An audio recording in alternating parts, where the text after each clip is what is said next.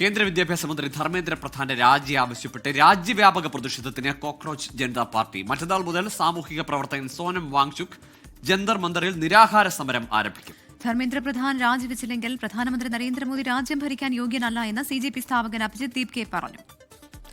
PR അരവിന്ദാണ് ഡൽഹിയിൽ നിന്ന് വിവരങ്ങളുമായി ചേരുന്നത്. അരവിന്ദ്, വലിയ പ്രതിഷേധത്തിലേക്ക് CJP ഇപ്പോൾ കടക്കുന്നു. അത് രാജി ആവശ്യത്തിൽ നിന്ന് പിന്മാറാതെ തന്നെ സമരം മുന്നോട്ട് കൊണ്ടുപോകാനാണ് ഇപ്പോൾ തീരുമാനിച്ചിരിക്കുന്നത്. എത്രത്തോളം പിന്തുണ ഇതുമായി ബന്ധപ്പെട്ട് ഈ സമരത്തിന് ഇപ്പോൾ ലഭിക്കുന്നുണ്ട്? ഒപ്പം തന്നെ സോനം വാങ്ചുക് നിരാഹാര സമരം തുടങ്ങുന്നു എന്നും അറിയുന്നു. മറ്റേതൊക്കെ പാർട്ടികളുടെ പിന്തുണയുണ്ട് ഇപ്പോൾ ഇവർക്ക്?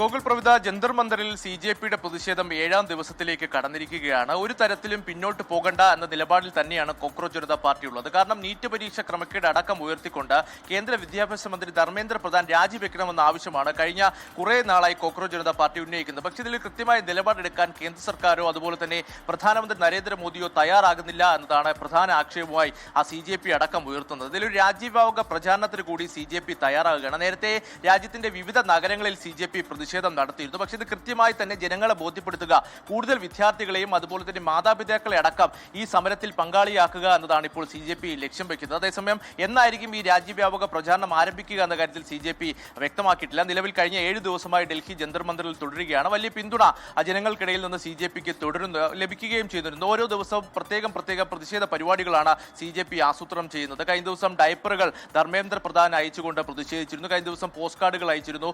ഇന്ന് ധർമ്മേന്ദ്ര പ്രധാന്റെ ജന്മദിനമാണ്. ജന്മദിനത്തിന് രാജിക്കത്തുകൾ അയച്ചുകൊണ്ടാണ് CJP പ്രതിഷേധം നടത്തിയിരിക്കുന്നത്. എന്തായാലും പ്രധാനമന്ത്രിയെ കൂടി ഇപ്പോൾ CJP ലക്ഷ്യം വെക്കുകയാണ്. കാരണം ധർമ്മേന്ദ്ര പ്രധാന്റെ രാജി ആവശ്യപ്പെട്ടില്ലെങ്കിൽ പ്രധാനമന്ത്രിക്ക് രാജ്യം ഭരിക്കാൻ അവകാശമില്ല, അല്ലെങ്കിൽ അതിന് യോഗ്യത ഇല്ല എന്നതാണ് CJP സ്ഥാപകൻ ഇപ്പോൾ വ്യക്തമാക്കിയിരിക്കുന്നത്. കൃത്യമായി തന്നെ ധർമ്മേന്ദ്ര പ്രധാന്റെ രാജി അല്ലാതെ മറ്റൊരു വഴിയില്ല. അതുവരെ തങ്ങൾ പ്രതിഷേധം തുടരുമെന്നും CJP വ്യക്തമാക്കിയിട്ടുണ്ട്. ഇതുകൂടാതെ തന്നെ കഴിഞ്ഞ ദിവസങ്ങളടക്കം CJP പ്രവർത്തകർക്ക് നേരെ ചില അതിക്രമങ്ങൾ ഡൽഹിയിൽ നടന്നിരുന്നു. ഇതിന് പിന്നിൽ RSSും അതുപോലെ തന്നെ BJP എന്ന ആരോപണം കൂടി CJP ഇപ്പോൾ ഉയർത്തുകയാണ്. തങ്ങളെ എത്രത്തോളം അടിച്ചമർത്താൻ ശ്രമിച്ചാലും തങ്ങളുടെ സമാധാനപരമായ പ്രതിഷേധം തുടരുമെന്ന് തന്നെ വ്യക്തമാക്കിയിട്ടുണ്ട്.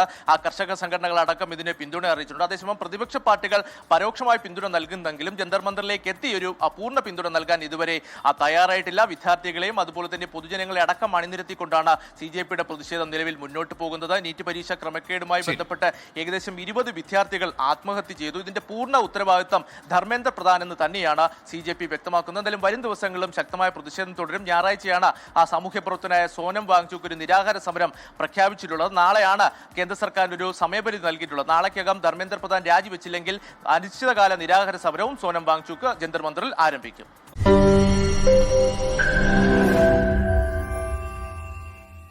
ലോകത്തെവിടെയായാലും ഏത് സമയത്തും 24 വാർത്തകളും ഓഗ്മെന്റഡ് റിയാലിറ്റി പാക്കേജുകളും എക്സ്പ്ലെയിനറുകളും വിശദമായി കാണാൻ ഞങ്ങളുടെ YouTube ചാനൽ നിങ്ങൾക്ക് സബ്സ്ക്രൈബ് ചെയ്യാം.